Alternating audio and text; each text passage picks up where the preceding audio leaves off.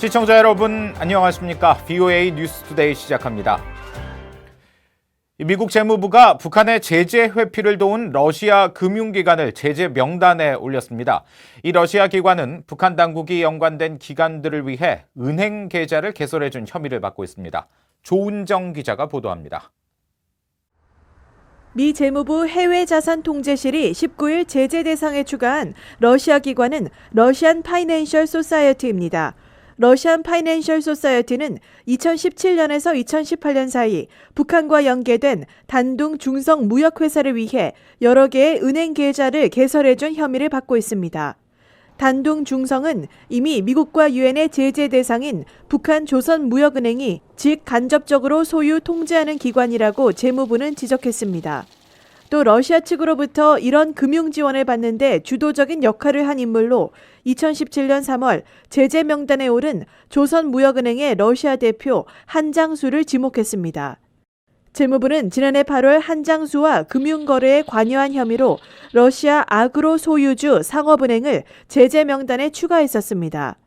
러시안 파이낸셜 소사이어티는 이와 함께 북한산 아연의 판매, 공급, 운송에 관여하며 북한 정권에 수익을 제공하는 조선 아연 공업총회사에도 은행 계좌를 개설해줬습니다. 재무부는 이런 행동이 북한 정권이 핵 프로그램을 위한 재원 창출을 위해 미국과 유엔 제재를 회피하고 국제 금융 시스템에 접근할 수 있도록 하는 것이라고 지적했습니다.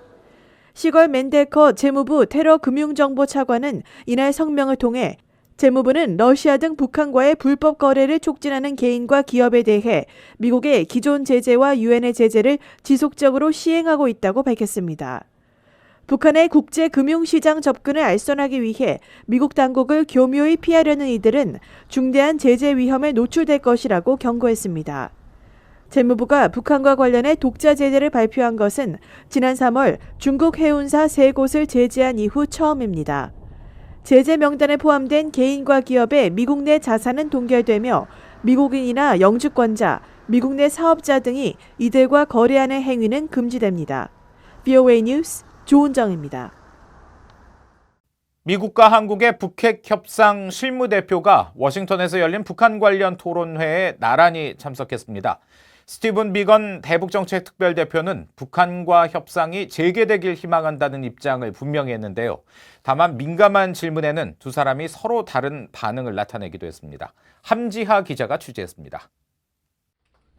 미국 애틀랜틱 카운슬과 동아시아 재단이 개최한 토론회 기조연설에 나선 스티븐 비건 특별대표는 교착 상황을 타개하기 위한 미북 실무협상 재개의 중요성과 유연한 접근을 강조했습니다.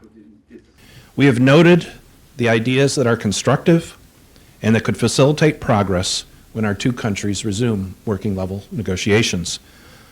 Both sides understand the need for a flexible approach. This is the only way to move forward in diplomacy. 비건 특별대표는 또 실무협상이 재개된다면 미국은 두 정상이 싱가포르에서 약속한 모든 내용들을 논의할 준비가 돼 있을 것이라고 말했습니다. 이어 협상의 문이 활짝 열려 있다는 점을 강조하고 싶다며 비핵화는 북한의 결단으로 충분히 가능하다고 밝혔습니다. We have made clear that the U.S. is looking for meaningful and verifiable steps on denuclearization. And we understand that in the North Korean view, this is possible. 이도훈 한국 외교부 한반도 평화교섭본부장도 북한이 다른 나라와 대화에 나서는 전략적 결정은 국제사회에서 북한의 이미지와 주민들의 생계를 획기적으로 개선할 것이라면서 적극적인 북한의 대화 재개를 촉구했습니다. My government also stands ready to do what needs to be done. In this regard, I urge North Korea to respond to President Moon's outstanding invitation to hold inter-Korean summit, if possible, before President Trump visits Korea next week. 두 사람은 그러나 어떻게 하면 협상의 진전을 이룰 수 있느냐는 사회자의 질문을 놓고 서로 다른 민감한 반응을 보였습니다. And then they need to continue their original discussions about their positions. And Can I bail you out a little bit on this one? Let me also say that Ambassador Lee and I are engaged in an extraordinarily sensitive diplomatic endeavor right now. I think Ambassador Lee and I both know that every word that we say is poured over in Pyongyang, and we want to be very careful in the messages we send. 비건 대표는 중국 시진핑 주석의 북한 방북과 관련한 질문에는 결과를 지켜봐야 한다면서도 시 주석이 계속 건설적인 메시지를 보낼 것으로 기대한다고 말했습니다. BOA 뉴스 함지아입니다. 미국이 북한의 정제유 수입 한도 초과를 적시하며 유엔에 추가 정제유 공급 중단을 촉구했는데 중국과 러시아가 이를 보류하고 나섰습니다. 이런 가운데 러시아는 지난 3월과 4월 북한에 수만 배럴의 정제유를 공급했다고 밝혔습니다. 오택성 기자입니다. 미국이 북한의 불법 선박 환적 등의 사례를 적시하며 유엔 대북제재위원회에 북한의 정제유 추가 공급 중단을 촉구하자 중국과 러시아가 제동을 걸었습니다. 중국은 외교부 대변인이 정례 브리핑을 통해 현 정세와 맞지 않는다면서 충분한 증거와 논의를 내세웠습니다. 那么关于这个问题呢，应当根据安理会决议和有关制裁委员会的规定，基于确凿可信的事实依据，由制裁委员会经过充分讨论研究决定。 유엔 주재 러시아 대사도 미국은 일반적인 정보만 제공했다면서 더 많은 구체적인 사항들이 필요하다고 말했다고 로이터 통신이 보도했습니다. 유엔 주재 미국 대표부는 관련 사안에 대해 묻는 VOA의 질문에 미국 측 요청에 중국과 러시아가 보류를 건 것은 맞다고 밝혔습니다. 유엔 안보리는 지난 2017년 채택한 결의 2397호를 통해 1년 동안 북한에 공급할 수 있는 정제유 상한선을 50만 배럴로 제한했습니다.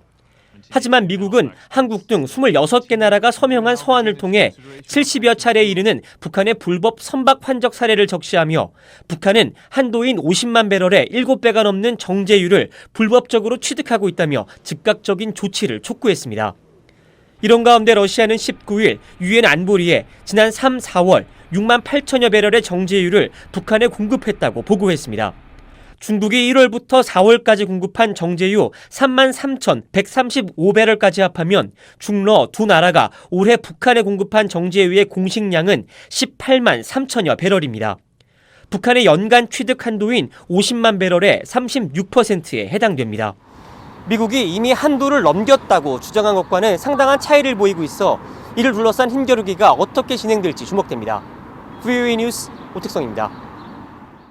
미국 상원에서 북한 비핵화 검증을 위해 예산 $1,000만 배정하는 내용의 법안이 발의됐습니다. 민주당의 에드워드 마키 의원은 18일 제출한 국방수권법안 수정안에서 방위 핵 비확산 예산을 $1,000만 늘려 북한의 단계적 비핵화와 연관된 행동에 대한 포괄적이고 장기적인 감시, 검증 프로그램 개발과 이행 준비에 사용할 수 있도록 한다고 명시했습니다. 또 $1,000만의 예산 증가분 상쇄를 위해 국방수권법안에 포함된 핵탄두 변형 프로그램 예산을 $1,000만 삭감할 것을 제안했습니다. 마키 의원은 이와 별도로 핵무기를 이용한 선제 타격 금지 조항도 국방수권법안 수정안 형태로 제출했습니다. 켈리 크래프트 유엔 주재 미국 대사 지명자는 미국이 유엔에서 이룬 대표적 성과로 대북 제재 결의를 꼽으며 그 성과를 이어갈 것이라고 밝혔습니다. 크래프트 지명자는 19일 미 상원 외교위원회 인준청문회에 출석해 유엔의 대북 제재는 역사에 남을 만한 제재라고 표현하면서 이같이 밝히고 이를 기반으로 미국의 유엔 활동을 이어나갈 것이라고 강조했습니다. 캐나다 주재 미국 대사인 크래프트 지명자는 니키 헤일리 전 유엔 대사의 후임으로 지난 2월 트럼프 대통령이 지명했습니다. 게리 로크 전 주중 미국 대사는 북한의 핵무기 야심을 막는 데 중국은 중요한 역할을 해야 한다고 밝혔습니다. 로크 전 대사는 시진핑 국가주석의 첫 공식 북한 방문과 관련한 중국의 역할을 묻는 BOA의 질문에 한반도 긴장 해소를 비롯해 핵무기 개발과 확산, 핵과 미사일 실험 문제 등의 해결 과정에 중국이 반드시 참여해야 한다면서 이같이 밝혔습니다. 북한이 북중 접경지대 도시 신의주를 금융과 물류, 정보통신 등 고부가가치 산업을 유치하려는 시도를 하고 있다는 분석이 나왔습니다.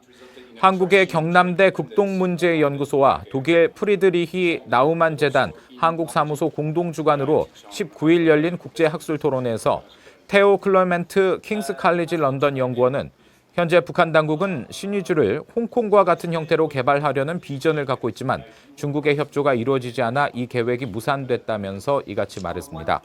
또 정은희 한국통일연구원 부연구위원은 최근 북한의 시장이나 상점의 국산품 판매가 증가하고 있고 공장이나 기업소 소재 여부에 따라 지역별 소득 차가 현격하게 나타날 것이라며 중앙과 지역 또 지역과 돈주들의 갈등 양상도 구체화될 가능성이 있다고 전망했습니다. 이상으로 VOA 뉴스투데이 마칩니다. 함께해 주신 여러분 고맙습니다.